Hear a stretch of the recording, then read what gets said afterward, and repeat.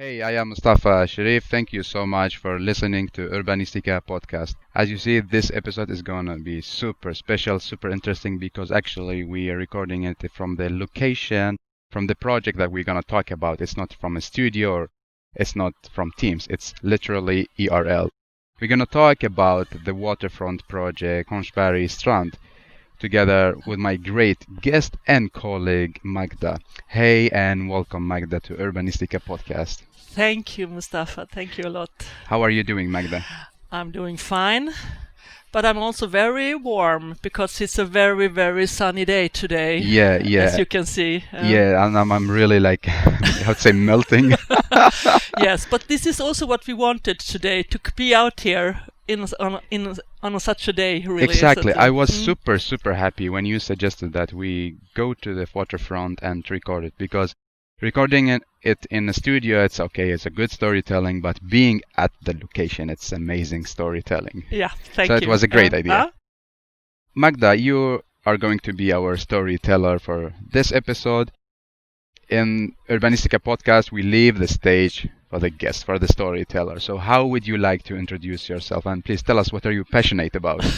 Thank you, Mustafa. Well, my name is Magdalena Franciskovic, and I'm a landscape architect, being a consultant at Landskapslaget, where we also met, and we are colleagues there. So that's the framework why one of the reasons we're sitting here. But another reason is that I'm from Stockholm. I'm living in Stockholm since the last 23 years, but I also come from a southern part of Sweden, Malmö, where such a beach life that you can see around here today is one of the pretty common and has been for decades. And we will come back to that maybe later. And then I wanted to say the main reason why we are here today is that I had the honor to be on the design team that was making the design and the planning for this area around here in Hornsberg 20 years ago. Yeah, so it's wonderful. And today we're going to talk about what the scenario that the city and Magda were planning together with the team and what we see right now. So it's going to be a really interesting story to hear. We'll see. And you ask me what I'm passionate about. Yeah. Yes, well, I will say I'm very passionate about how different lifestyles can look like, really. As a landscape architect and as just a person, I like to observe. And in my work, this is something you can do every day, just to see how public spaces like this one here influence people and how we use them. And how we interact. Interaction is one of the main things that I think is so special.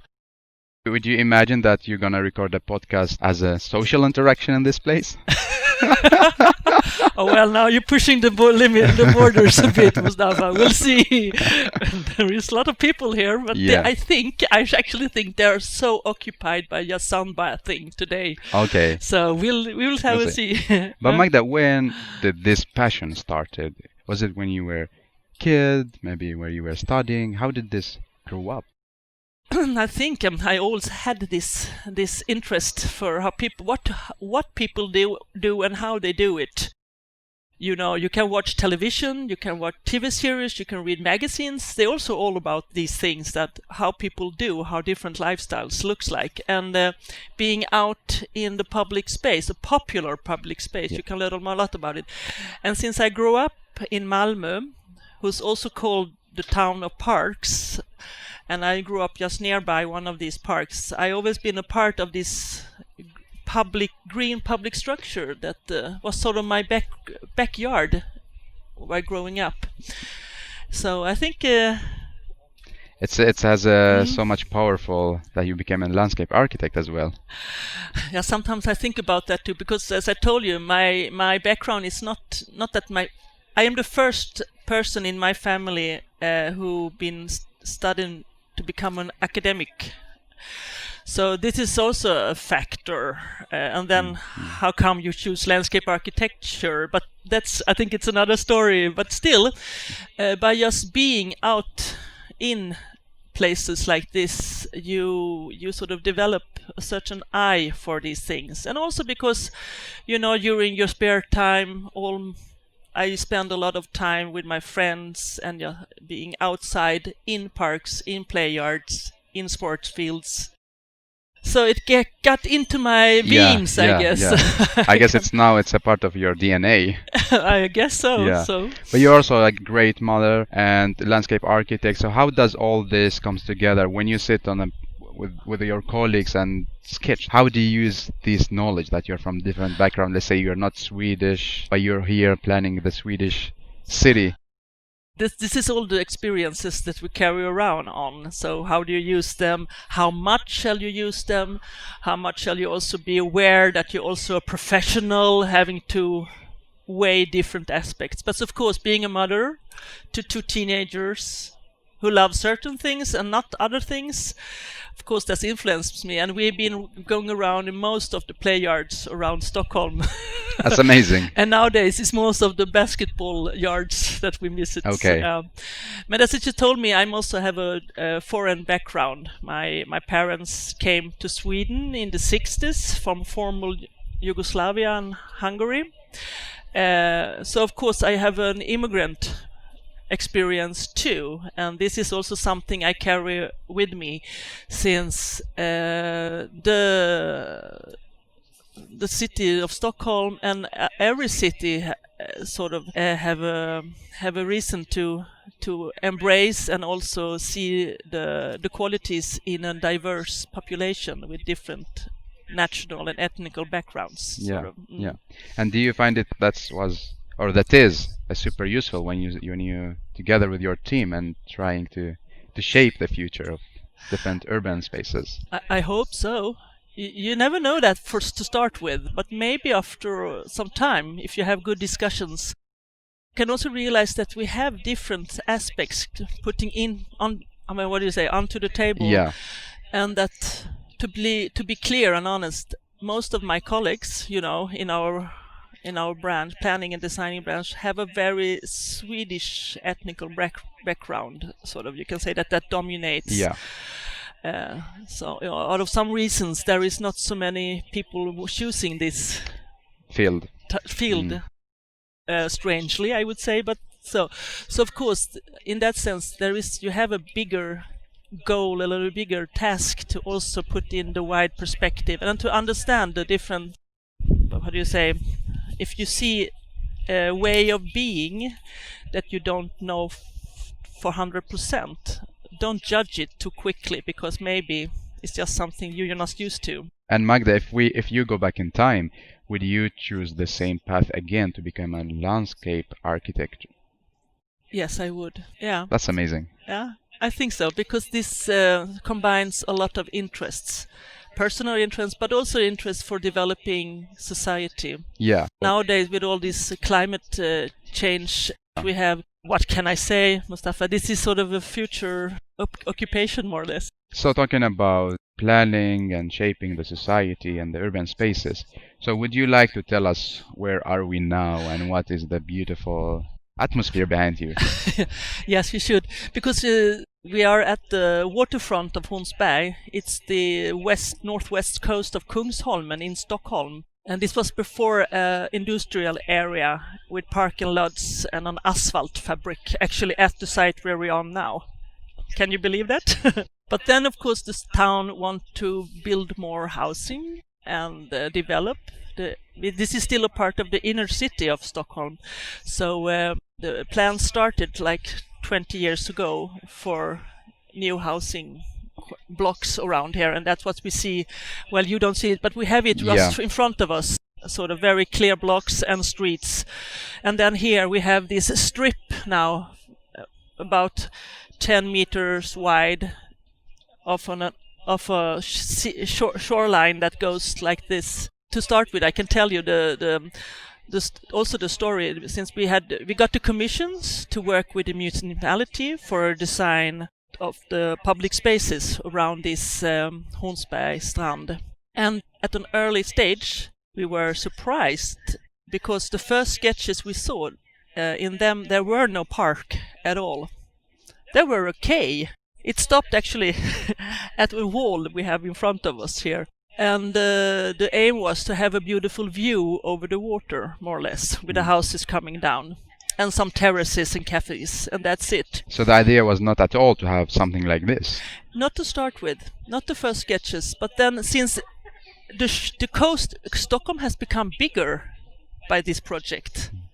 You mean like by area? By area, Okay. yes, because this is all new land where we are sitting on now. Okay, so it's artificial. It's artificial. Okay. Coastline is going all around, almost along the wall here, but this all had to be remade because the housing construction project should start. So instead of just putting the border over there, started to argue to make a park and to widen the whole section so we could have a green part too, and get the feeling that you come down to the water, because we are just sitting at the big lake of Mälaren. So the idea was to create a soft transition between the urbanity, the buildings, and the water. So instead of having a wall and very strong boundary, you wanted to make it softer. Yeah, exactly. And without being very technical, I can tell you, can you imagine what kind of edge we have over there?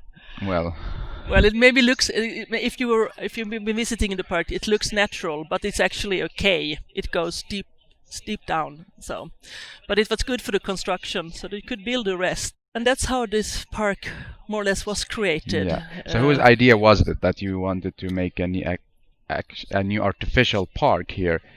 And what did the municipality say? Like, are you crazy? You know? Yeah. In the team, of course, at the municipality, we had a city planner who was very concerned about building an urban environment with clear blocks and streets. And then we had the landscape architect who was our commissioner. And she didn't approve of this idea. No, not this one, but the thing that we should just stop with the wall. Okay. So together with her, so the landscape architects, in fact, in the process, started to make a little fight about this, actually, in the planning phase. That, but this is ridiculous. We need to make a promenade along the water because the rest of the island we're sitting on has promenades. So in a way, landscape architects put their point of view on the table. Of course, we make an urban environment, but the urban must be green and blue and green too. Yeah. To say so. But when was this discussion? This was about 2002. Okay, almost 2003. The formal plan was made, and then this park was also. And then, of course, many years went by, and in 2012. This park was realized. Was it easy to talk about the values of the nature, the ecosystem services, as a landscape architect? Was it hard, to discuss that? Okay, it's good to have a nature. It's good to have these green values. How was the discussion? Oh, funny that you ask, because if I simplify the whole story, there was not so much of that discussion at that time. Remember, it's like 20 years ago. It was more that we should make a park, we should make a promenade, we should make something public for everyone here. So easy to come, also that we should be able to bicycle around here and to have a jog and so on. So these green values was a kind of automatically integrated in the plan. You got all the ecological aspects as extras. Yeah. So can we say like it as the municipality and also the great landscape architect that pushed to have this park? Yes, I would say so. I would say that's how I remember it. And of course, then when we finally agreed that we'll make a park, because there is other parks that goes along this island, then the next phase came. What should it look like? What should it be? Something in it? And the sun comes down here, but a little later it got darker here. So then there were also bridges made to go stick into the water to enjoy the sunset even a little bit more. Yeah. How was the next step? Okay, after that you agreed that this project should have this artificial park land. Was it like a big challenge to do the technical drawings, to move to the next step after the agreement? And there is always a phase of the technical questions, of course, and they are challenging, but they are also very, very interesting and creative, because in them lies the solution of how do you do certain things. And this coastline goes like this. It's a wave, form of a wave, very artificial, so it shouldn't look natural. And this was very popular among the constructors, because since this is a K that goes deep down, this form sort of locks the construction, so it gets even more firm than a straight line. Technical reason, they loved it. So they loved it. Yeah. And then you can always, what we see today is not the construction, we see the life here, sort of. Yeah. And then, of course, the project, when it got ready, it also won a prize. In 2012, it also got the prize for the best landscape architect project in Sweden that year. Sienna-priset, we call it. Congratulations. So, thank you. Primarily, I will just say that to work at the waterfront is a big responsibility, actually, because this is so special in every site where you have water, that you should really, really, really make sure that you use that situation for maximum. But because you designed something, was it the same thing that you were imagining, like the scenario, when you were drawing this beautiful park? What do you see now? Is it the same thing that you were imagining? This is even more. You could never imagine how this have to turn out. It's been extremely much more than we thought. If we talk, I simplify the discussion. If you talk about the promenade with green features, and maybe you can sit down and have a glance on the view here, right? That's also nice. But it's become much, much, much more than that. So some would say it's become unfortunately successful, but it's because it's crowded. And one thing that came already before the park was even opened was that people started to bath here. This is not a bath place. During the planning phase, the municipality said the water here is not healthy enough for being a bath place, but what do people care when you have a front line, a waterfront like this? So yeah. They have had to remake this thing afterhand, sort of. Yeah. So nowadays you can also bath here. You were planning for or designing for certain activities with certain amount of people in a certain season. Or I would like to turn this question the other side around. Maybe we weren't. Maybe we should have planned for a certain amount, much more people, and realize that this is an all year around park, because the summertime, this is the new beach of Stockholm. I dare to say that. Yeah. With everything that comes along with that, sort of. But why it becomes so popular here in Stockholm? Especially this waterfront. We had so many other places here in Stockholm. So now we see so many people. There are so many reasons behind this, that this is a really good place that you designed, or the other places in Stockholm sucks, so people move here.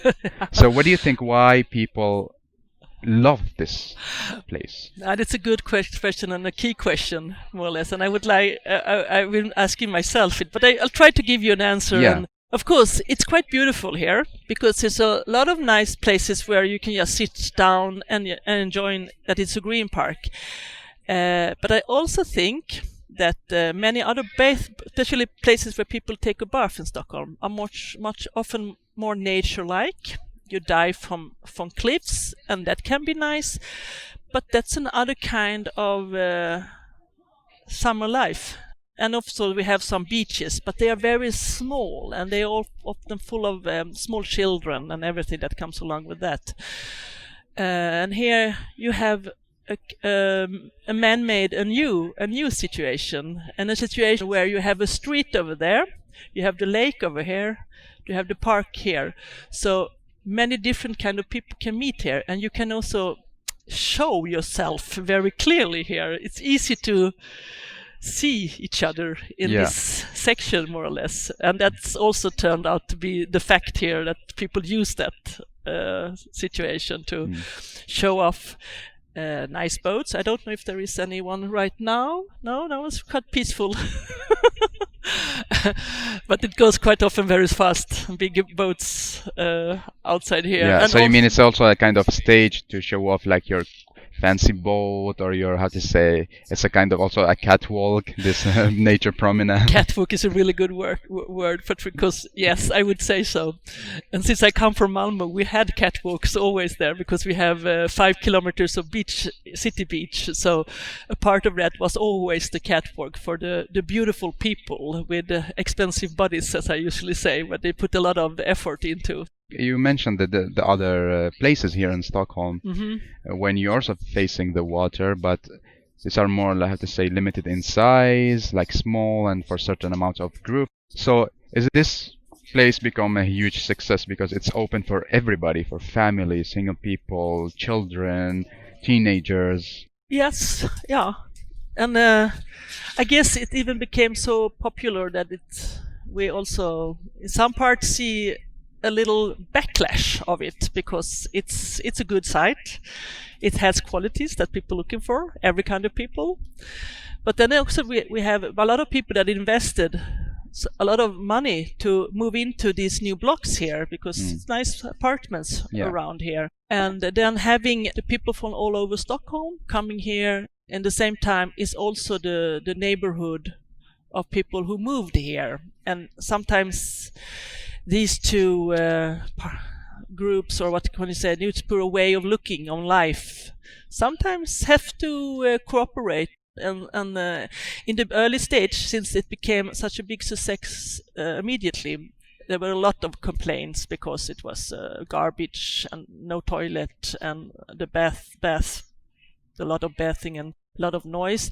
Since then, a lot of those practical problems have been solved, so it's much better now. And also their street over here, the cars drove too quickly and so on. Now the city have made a summer street out of it. It means that actually no cars allowed during the summer weeks.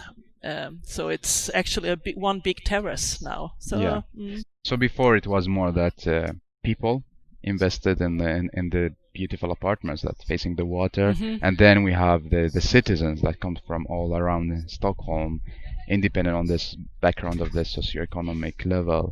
They are here, and that was a kind of friction in between. Yes, it occurs sometimes that there is stories about these things, and this is sort of, if you ask me again about my interest, so this is one of where it gets very, very interesting when you have this different kind of lifestyles having to coexist, sort of. Exactly, in a stage that you created. Yeah, and we didn't think about this. We really didn't think about this. No, also to be honest, it was okay. It's a housing area, so there's a lot of people from the neighborhoods here. Mostly people around the 30s, they're buying their first apartment here, getting children, so they are around here. And then, of course, everybody who likes to take a walk. A lot of people walking here, so very peaceful, having a walk and talking, and jogging maybe.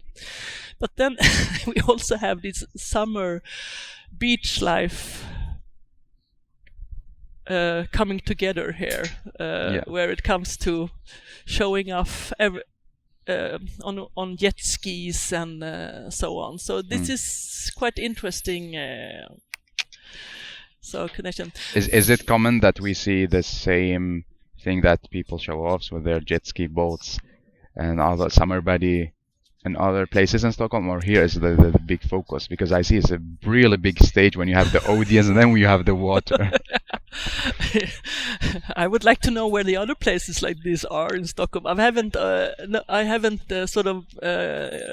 pointed them out yet, because here it's very, very clear that you don't have to sort of hide behind the forest to take a bath. You sort of have it directly in the urban context, more or less. So this is more like many other cosmopolitan towns that have a beach or a waterfront that you can sort of live and act very close together, more or less. What do you think is the key to make this place successful? Like it's a good design, but also we had this friction between the neighbors and the visitors.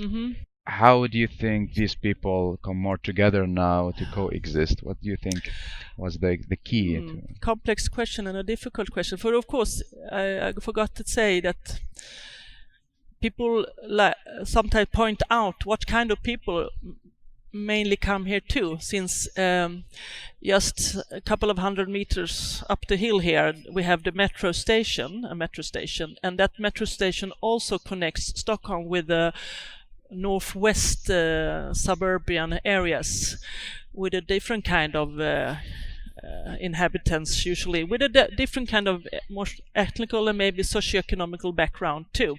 So for them it's very, very easy to reach this waterfront here. So sometimes they say it's the people from the blue line also mixing here. And for me this is a quality, because they don't have a waterfront over in that part of Stockholm, and this is of course a good location for them too. So when it comes to how these different way of looking at life, it's right now I don't know really what to say about it, because it's a question of values more or less. How do you look upon the other one? If this is everybody's or if it's only our place to be. So it's a big question. Yeah, and now when you're back to this place and you're looking back, that you're visiting the project that you were part of, what is your reflection about it? Is it a huge success?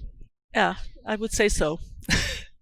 and it's also very obvious that this is the only way Stockholm can handle its waterfronts, since maybe we are going to experience more and more warm summers.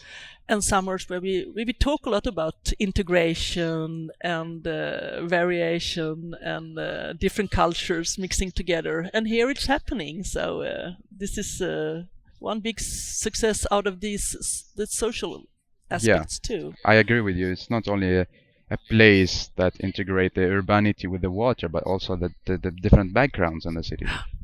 And you can see also different interests coming together. This place where we are sitting at right now is made for grilling and picnic actually, but some evenings during the summer times there is a salsa club being here that invites everybody who likes salsa to just dance in the public space, sort of. So don't be shy, just come and dance. Yeah.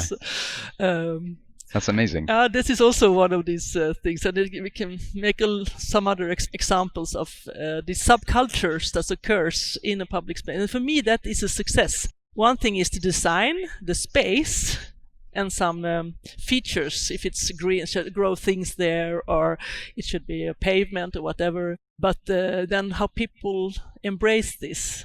And here they have embraced this over expectations. So this is the magic. Yeah, that all these elements brings when people are together and where the life is happening.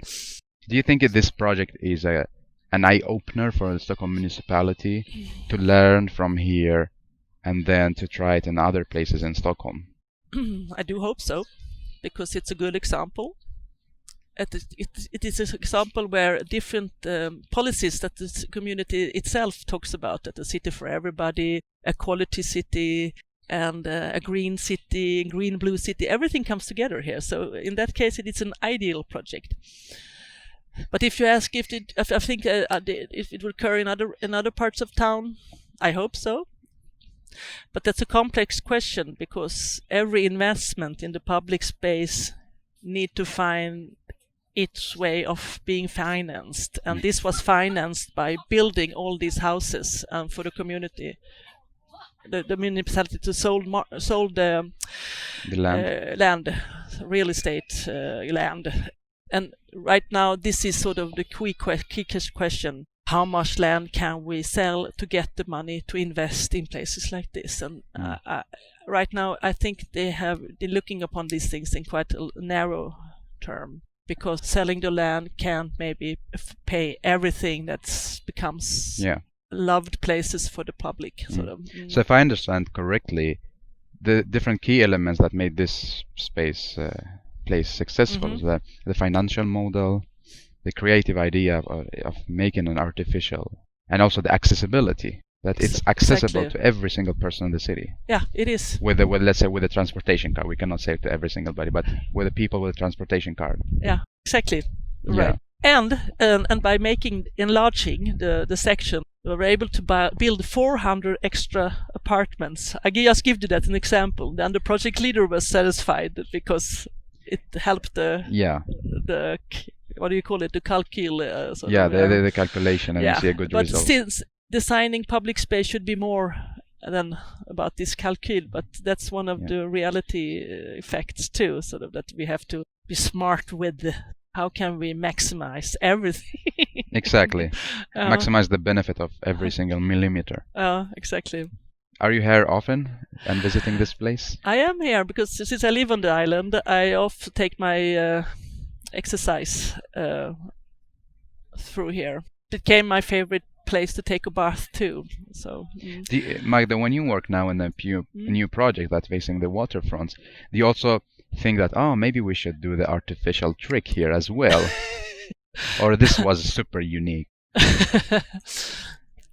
The artificial trick is always a good one because this is, I guess, the only way you can do it if you don't have a natural, beautiful line. Yeah.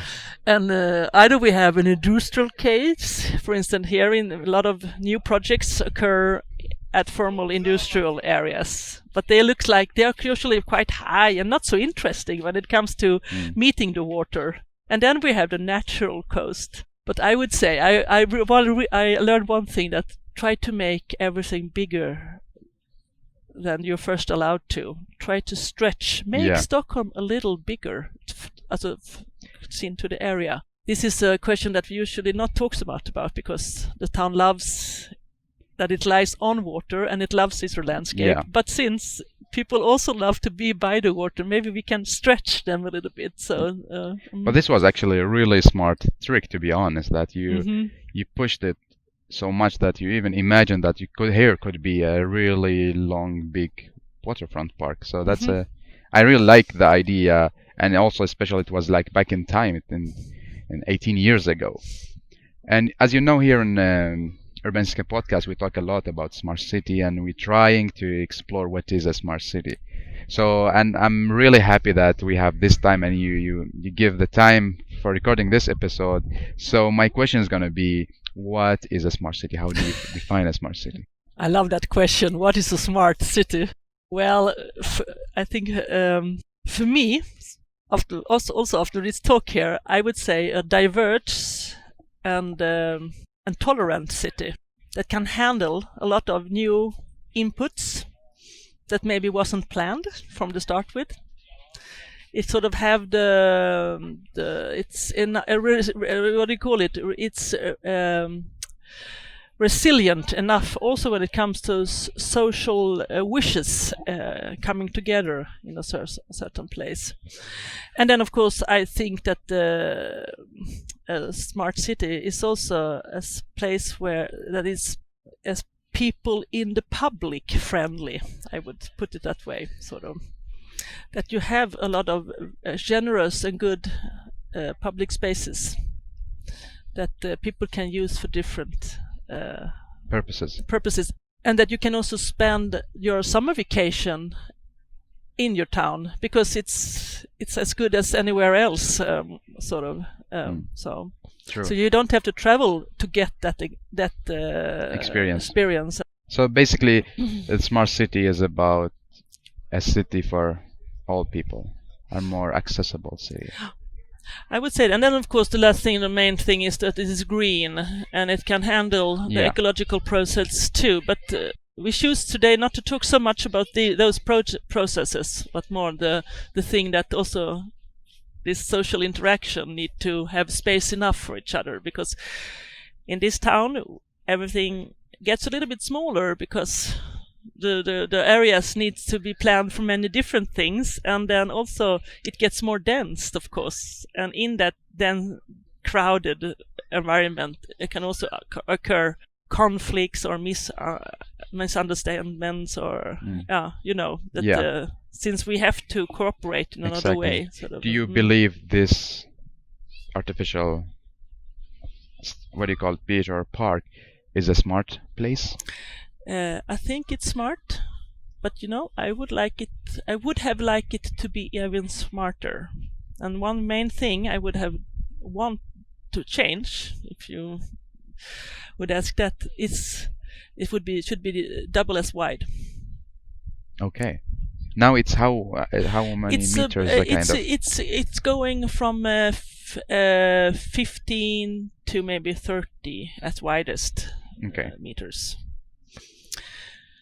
And we can't see it here, but it's very well used, and the lawn is very wear out. There's a lot of problem with that there's hardly any grass growing here because it's so well used and so on. So out of that sense, I would say make it wider so every kind of even more lifestyles can fit together. So you want to host more people here? Maybe, yes.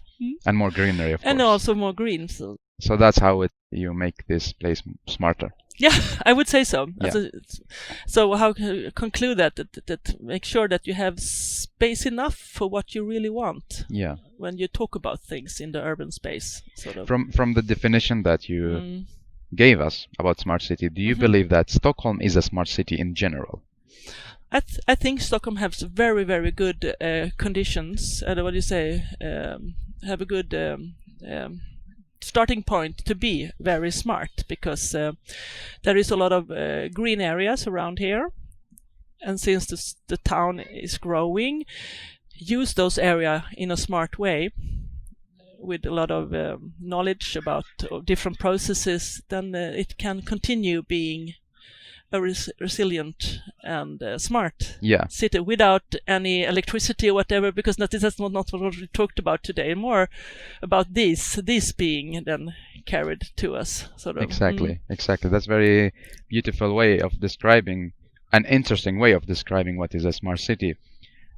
Magda, if you go back in time in a time machine that we use in Urbanistica podcast, and you go back in time, and you will be allowed to change one thing related to urban planning and design, what will you change in the cities?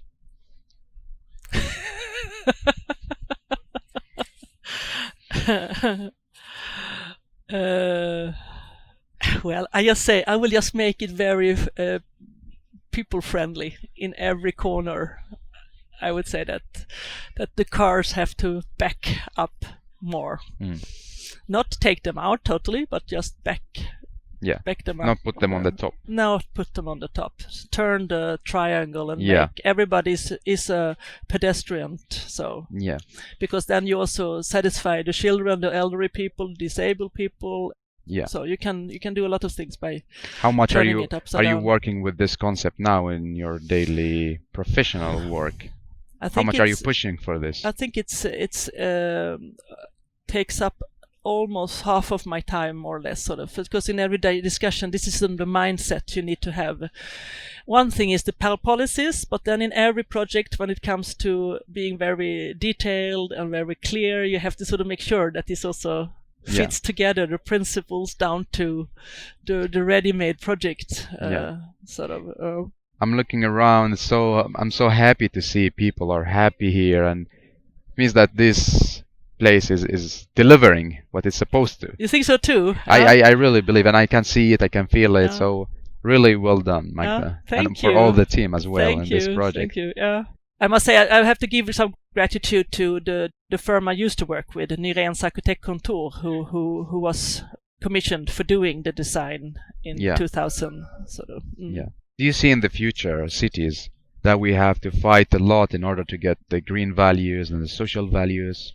Because back in time, in 2012, when you were talking about this, it was a discussion. And now, after 18 years, do you still have to do the same fight again? If I might call it the fight. Wow, that's a good question. Yes, but out of a different perspective. Maybe not because we want to make an urban front, because an urban front can also be this. I think that's not a discussion anymore. We would make more place for pedestrians and bicycles and less place for cars. I think so. But I think the ecological questions would take more place in the discussion. To be honest, this was quite quickly planned at that time, really. So we had the arguments, but it was not a long process. It was more, okay, you have to finish this plan, so what will you do? What shall we do? Nowadays, I get the impression that everything takes much more time. It's so much more aspects that the municipality need to investigate and be clear about, and so on. And in the end, sometimes I'm afraid that we are losing the design aspects of what we do.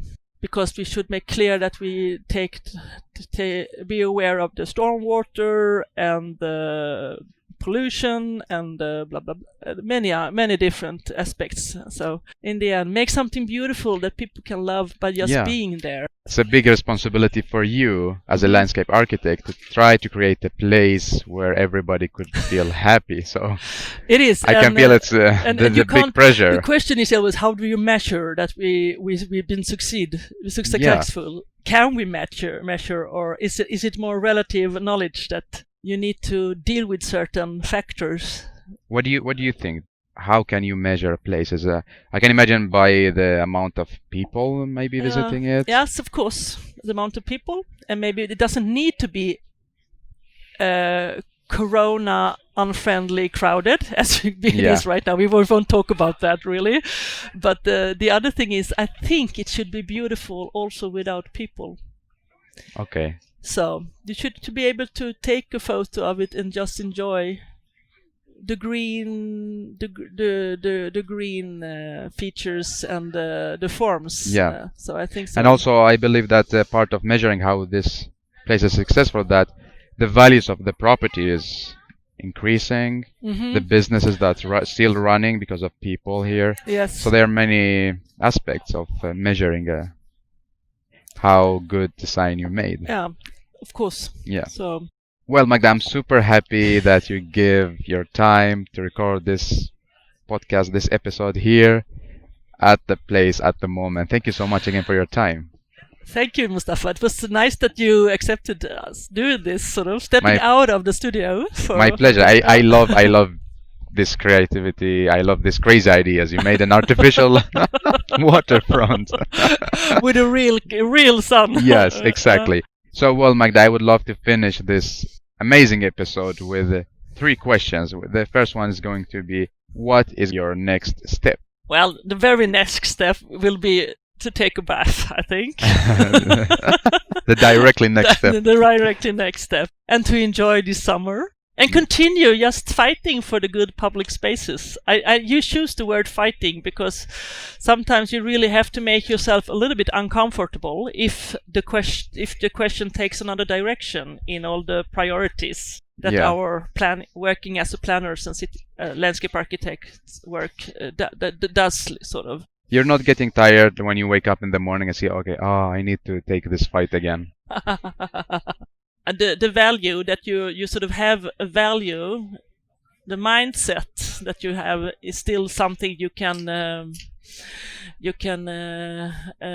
lean yourself against too. That's very important, because when you lose the motivation that you don't feel that we are moving in the right direction, then it's very difficult. So you have to always push it in the direction that you can still believe in the goal, sort of. So, yeah. And Any plans for this summer? Because this summer is super special. 2020, COVID-19. Did you plan something for the summer? Well, I think it's going to be partly a hemester, as we say in Sweden, vacation at home. So maybe you will see, will see me around here some more. So that's amazing. But I will stay in Sweden because since that's our directions. I will also go down to my hometown, Malmö, and so I hope we will have a lot of good opportunities to just be at the waterfronts around this country. Yeah. So Magda, how would you like to summarize this conversation, your reflection, and 3 takeaway messages for the listeners? 3 takeaway messages. All right. I will. It's quite simple ones, I think, but I would say just explore good summer places that you have around yourself. Make sure that your living place has those qualities that you can enjoy the whole year around being there.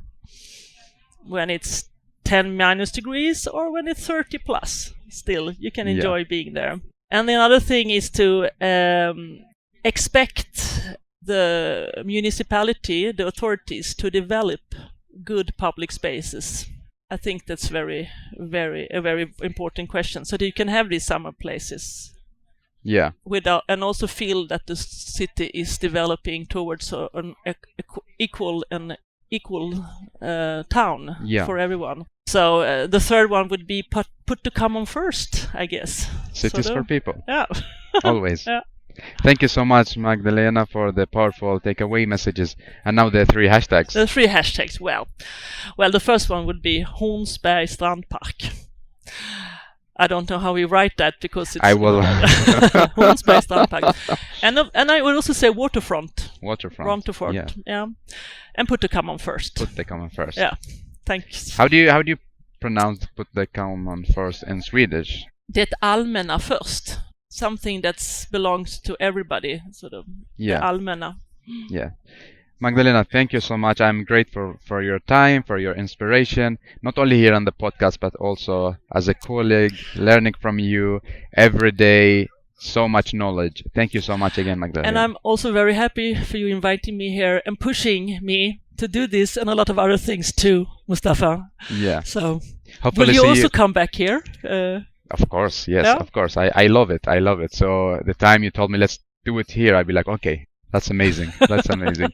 So hopefully see you in the new episode as well about more social ecological aspects and city planning and design. Mm-hmm. Thank you so much. Thank you.